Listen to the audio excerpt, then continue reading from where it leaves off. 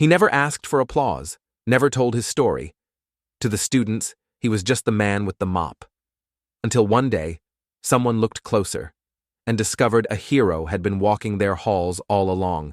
This is the story of Arthur Davis, the man who swept the floors and once saved a life that would change his own. Roosevelt High School buzzed with energy each morning. Footsteps hurried across the tiled halls, laughter echoed off the lockers, and students shouted greetings to each other from across the courtyard. But amid the youthful chaos, one figure moved slowly and steadily, a quiet old man with a push broom in his hands. His name was Arthur, or just Mr. Art, as the small name patch on his faded jacket read. His coat was worn, his shoes scuffed from years of labor, and the wooden broom he guided along the floor had clearly seen better days. He came in early each morning, just as the first light spilled over the school roof and swept the long corridors clean. Most students paid him little mind. Some snickered as they walked past him, watching him bend to pick up candy wrappers or scrape gum from underneath desks with a dull pocket knife. A few even gave him a nickname behind his back, the Ghost. Because he rarely spoke, Arthur never reacted. He only smiled quietly and kept working. What no one knew was that inside the chest pocket of his jacket, the one everyone assumed held tissues or rags, was a small, creased photograph. It showed 6 young men in desert fatigues, arms around each other in the Afghan sun. Their faces were young, determined, all smiling, except the one in the middle, whose expression hinted at something deeper. That was Arthur, 30 years ago. The school's principal, Mrs. Elaine Rivers, was one of the few people who knew the truth. She had been at Roosevelt for nearly 2 decades, and she was the one who had quietly hired Arthur when he walked into her office years ago. He brought no resume, asked no questions, just a simple request. I want to help keep this place clean and safe. She had later learned that Arthur had once been a staff sergeant in the army, part of a special forces unit stationed in Kandahar.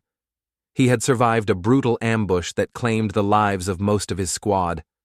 It was Arthur who had carried out the wounded, one by one, under fire. And then he came home. Quietly.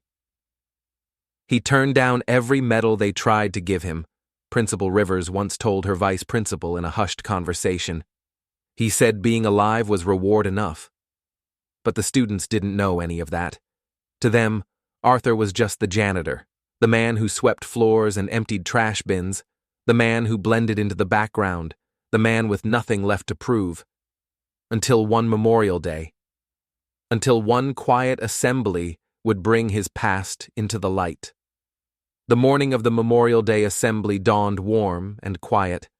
An American flag fluttered gently over the entrance to Roosevelt High, and red, white, and blue ribbons had been tied along the stair rails. Inside the auditorium, folding chairs lined the aisles, and the stage had been dressed with fresh flowers and a banner that read, "Honoring those who served, past and present." It was tradition for the school to hold a small ceremony each year. The band would play, a few students would read poems or speeches, and the principal would give brief remarks. But this year, something different was planned. Arthur, as usual, arrived before the sun was fully up. He swept the stage, wiped the scuff marks from the podium, and adjusted the microphone stand before most of the staff had even arrived. He worked quietly, then returned to his closet down the hall, a small room lined with mops, cleaning supplies, and a single worn chair. Around 9 a.m., students filed into the auditorium in restless waves, whispering and laughing. Most had little interest in patriotic assemblies. A few cast glances at Arthur as they passed, sitting in the corner, head slightly bowed. On stage, Principal Rivers cleared her throat into the microphone. The lights dimmed. "Good morning, Roosevelt High," she began, her voice calm and clear. "Today, we gather not just to remember those who served in uniform, but to remind ourselves of the quiet courage that often goes unseen." There was a pause. "Today I want to share with you a story, not one from a textbook, not a history lesson, but a real story about someone who walks these halls every day. The students grew still. A few looked at one another, curious. There's a man here who's kept this school clean for 10 years. Many of you don't know his full name or where he came from. But what you should know is that he once saved 12 men's lives in a single night. Murmurs broke out in the audience. She continued. During an ambush in Afghanistan, he carried each of them out, wounded or not, under heavy fire, refused evacuation, refused recognition. When the war ended, he didn't ask for honors. He just came home and chose to serve quietly once again, this time here. And then, for the first time in years, Arthur was asked to walk up the school stage. Slowly, unsurely, he rose from his seat in the shadows. A hush fell over the room. No one laughed, no one whispered. As he climbed the steps and stood behind the podium, his hands trembled slightly, not from fear, but from the weight of being seen. Arthur looked out at the students. His voice, when he spoke, was low and steady. I didn't come here to be thanked. I came here because schools should be safe, because I lost friends who never got the chance to come home. I sweep these halls so your stories can go on, because theirs didn't. He reached into his jacket pocket and held up the same faded photo of his unit, the same 6 men who had shared a foxhole with him on a distant mountain. The room was silent, until one voice, a single student, began to clap, then another, and another. Soon, the whole auditorium rose to their feet. Arthur didn't smile. He simply gave a small nod, tucked the photo back into his coat, and stepped off the stage with quiet dignity. The day after the assembly, Roosevelt High was not quite the same. Gone were the murmurs and mocking glances that used to follow Arthur down the hallway. Students, once oblivious to his presence, now nodded at him with quiet respect. A few even stopped to say, "Good morning," or "Thank you." For the first time in years, he was seen, not just as the janitor, but as a man who had lived a life far deeper than the mop and bucket let on. In one classroom, a boy named Jesse sat unusually still. He was one of the students who had once laughed at Arthur's faded jacket. But something about the story had stuck with him, especially the photograph Arthur had held up on stage. That night, at dinner, Jesse brought up the assembly with his father. "Dad, do you remember a man named Arthur? Arthur Vance?" His father, Mark Simmons, a retired Marine who now worked in construction, put down his fork. "Arthur Vance? Yeah. Why?" Jesse explained what had happened at school, how Arthur had been introduced as a war hero, how he'd saved 12 lives in Afghanistan. Mark leaned back in his chair, his expression shifting. "Afghanistan, 2007, Northeast Province, patrol base hit by mortar fire." Jesse looked up, surprised. "Wait, you were there?" "I was there," Mark said softly. "And yes, he saved my life." Mark stood up and walked to the hallway closet. After rummaging for a moment, he returned with a shoebox, weathered and sealed with tape. He sat beside Jesse and opened it. Inside were old military patches, a few photographs, and a sealed letter.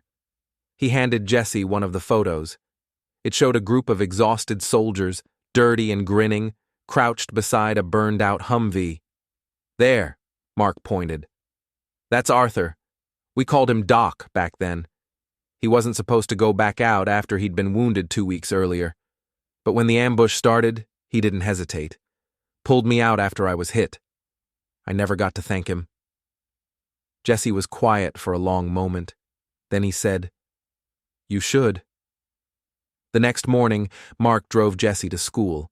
He waited near the back doors until Arthur emerged with a broom in hand. The 2 men locked eyes, and for a moment, time slowed. "Arthur Vance," Mark said. Arthur paused, studying the man. Then recognition lit his tired eyes. "Mark Simmons," he said quietly. Without a word, they embraced, an embrace born not of pleasantries, but of something deeper. Shared history, shared survival. "I didn't know you were here," Arthur said. I didn't know you were either, Mark replied. Not until yesterday. Jesse watched, silent, the weight of what he had once dismissed now heavy on his shoulders. Arthur turned to him. You're his son. Jesse nodded. Yes, sir, and I'm sorry. Arthur offered a small, weathered smile. You've got nothing to be sorry for. Not now. That afternoon, the school buzzed with quiet conversations about the meeting behind the building. Photos were shared, stories whispered, but no one spoke louder than needed, because something sacred had happened. Arthur, who had once been just the man with the mop, had become a bridge between generations, a silent reminder of what sacrifice truly meant, and how easily it could be forgotten if not for a single voice willing to speak it aloud. And for Jesse, the man he once mocked had become the man who saved his father's life. It started with a hallway whisper, then a message pinned to the faculty board, then a note passed quietly in Mrs. Hutchins' English class. There's going to be something special on Friday. Don't miss it.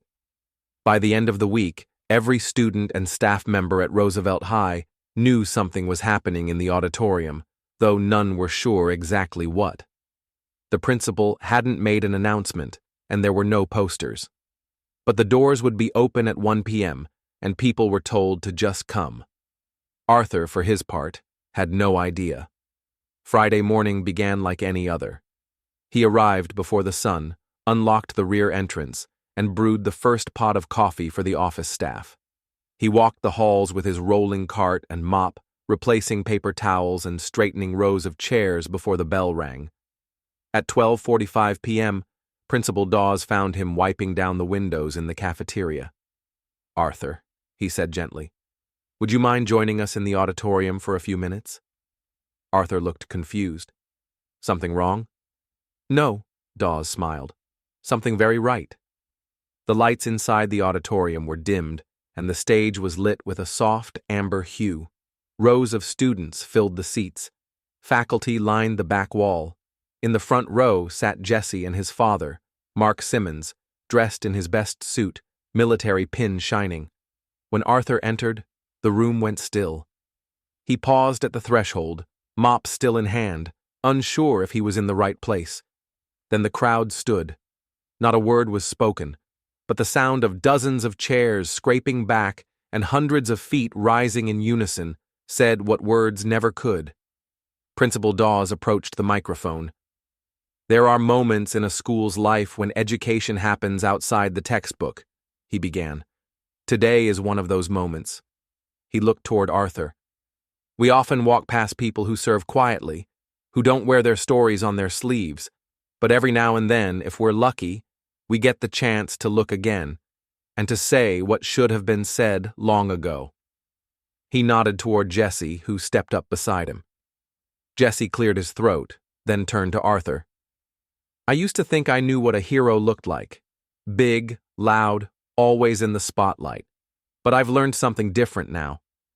He lifted a small box, unlatched it, and inside was a medallion the students had designed, a simple bronze piece engraved with the words, Roosevelt High Honors, Courage in Silence.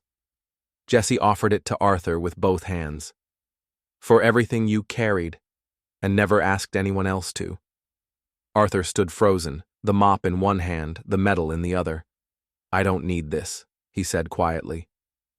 We know, Jesse replied. That's why you deserve it. The students clapped, not with loud whoops or cheers, but a warm, respectful wave of applause that echoed gently off the auditorium walls.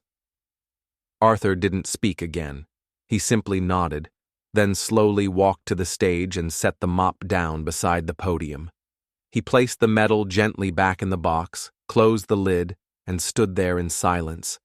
The weight of years passed between them all.